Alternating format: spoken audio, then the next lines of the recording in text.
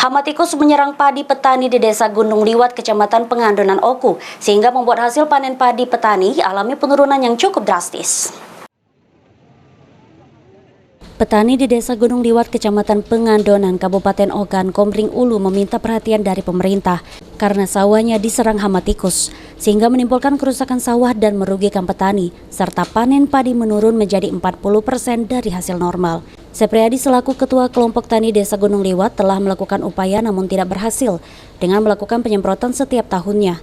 Dengan adanya hama tikus ini, hasil panen padi per setengah hektar normalnya dapat menghasilkan 300 kaleng padi.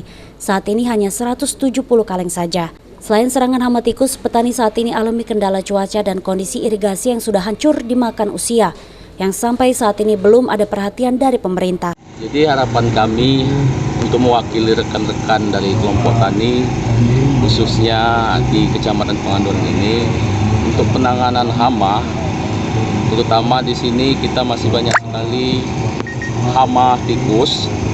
Nah, ini sangat merugikan bagi petani karena sistemnya bagi tiga hasilnya.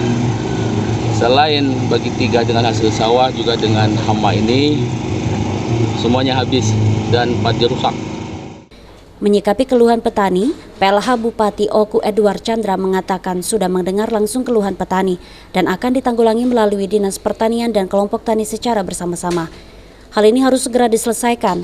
Sementara untuk irigasi yang mengalami kerusakan seperti yang disampaikan petani akan dicek ke lapangan dan akan diprogramkan untuk perbaikan. Ya, nanti kita sudah dengar bersama untuk yang hama tikus sudah kita berikan informasi dan bersama-sama ada Dinas Pertanian dan bisa memberikan bantuan melalui kelompok tani mengatasi hal ini bersama-sama dengan Dinas Pertanian supaya bisa dilakukan. Kemudian juga tadi mengenai irigasi kita sudah bisa untuk cek lapangan untuk diprogramkan mendatang terutama di tahun 2022 yang akan datang.